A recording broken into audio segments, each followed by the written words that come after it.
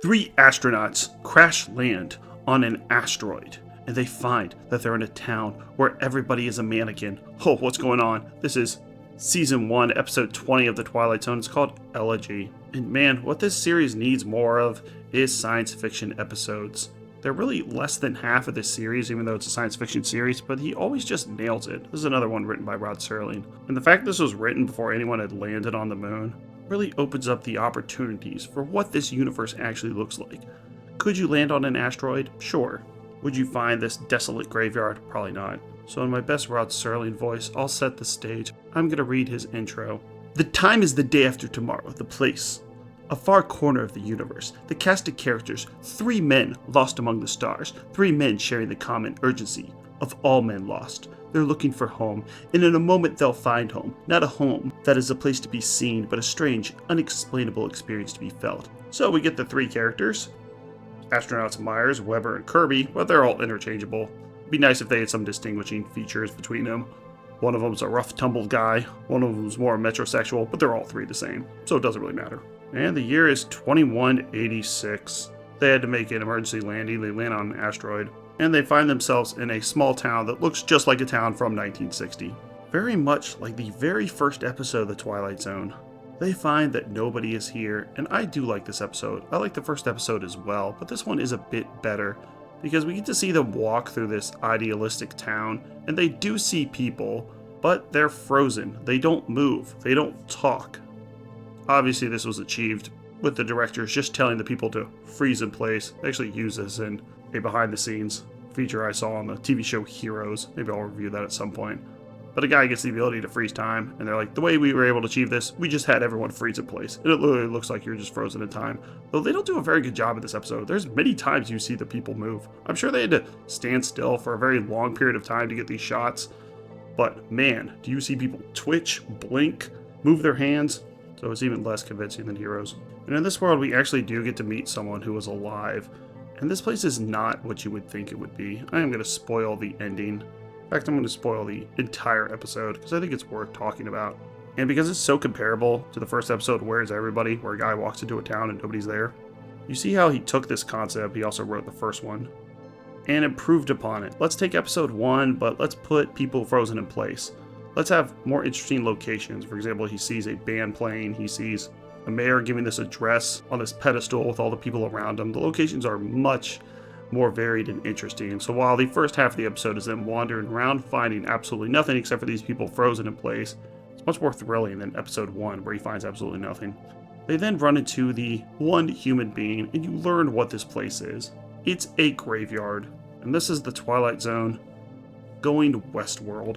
And you can't help but think that Michael Crichton, who written and directed the original 1973 movie WestWorld, which is definitely worth seeing, featuring Yul Brynner, I think it's actually better than the HBO television series, that he was influenced by this episode. Because while these aren't amusement parks, these are essentially grave sites where people can live out their fantasies. I almost wish they went more into depth about how this exactly works, because he mentions there's a Roman world, just like with WestWorld. Seems like there's a fantasy one, since he mentions a person slaying a dragon.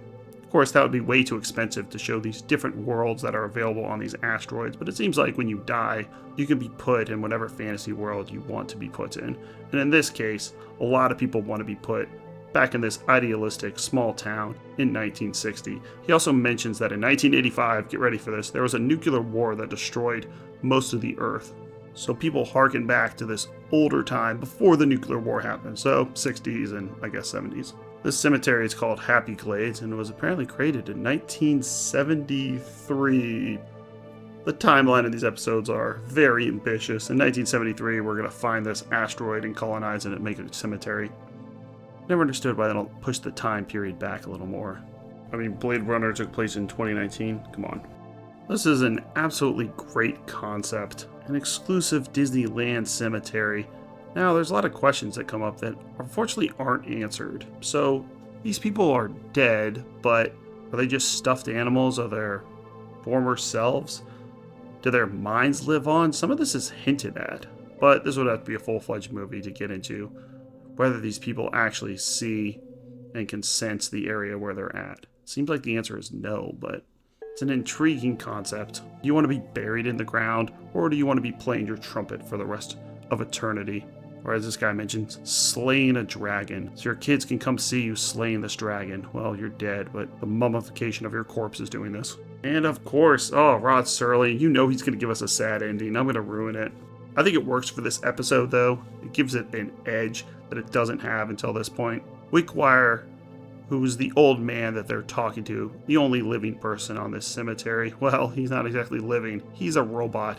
He's the caretaker, and he activates when bad humans come to the cemetery. And what's he going to do with these humans? Well, he's got to get rid of them. Come on. He gives a speech about how men destroy everything. Oh, it hurts, but, it's kind of true. I mean, do you really want people just waltzing to the cemetery?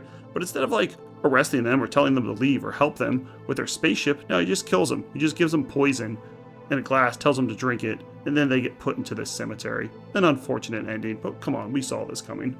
Wickwire is played by Cecil Calloway, who's known for The Postman Always Rings Twice, I Married a Witch, and Guess Who's Coming to Dinner. While this seems like this might be a Rod Serling episode, so it's actually written by Charles Beaumont, who I think is my favorite writer. He wrote 22 episodes of Twilight Zone. Rod Serling did the vast majority, but his are so good, and they have an edge to them. He does the scariest episode, The Howling Man. He did a previous one, Perchance to Dream, which had some flaws. But also do a really scary one later on called Long Distance Call.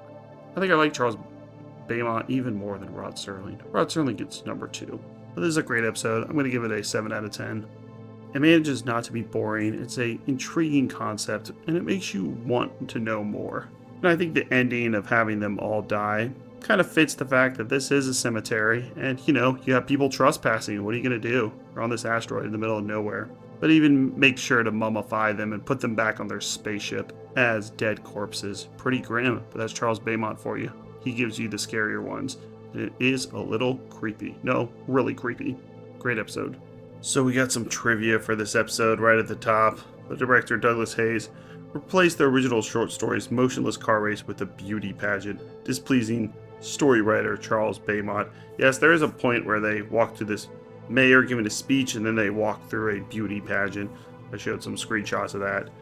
And this was obviously to save money. Director's like, we're not doing any type of car race. That's too expensive. We'll just do a beauty pageant. Throw some chicks out there. And it also says the ice cream wagon shown in this episode was also used in The Monsters Are Due on Maple Street, which we will see in 2 episodes, which I remember being my very favorite episode of Twilight Zone, but I haven't seen them all, so we'll see after I finish this series if that's still my favorite. That's where the town goes crazy. And then at the end it says in several scenes some of the background people blink or move slightly. I noticed. And of course they have to bash the Twilight Zone in saying that this asteroid was 655 million miles from Earth, which would put it within the orbit of Saturn, which is way too far away for a spaceship to ever get to, especially if this thing was apparently colonized in 1973. Yeah, you think we went to Saturn in 1973? I'll give you a hint, we didn't. Next up is episode 21, Mirror Image, where a girl waits at a bus stop and mysterious things happen. It's a tense thriller. What does it all mean? What is going on? Why does her briefcase keep disappearing? Well, watch my review in a few days to figure that out. And also check out our playlist for the other series that we're covering. Currently doing Black Mirror, Mystery Science Theater 3000, Are You Afraid of the Dark, and The Twilight Zone. Thanks a lot.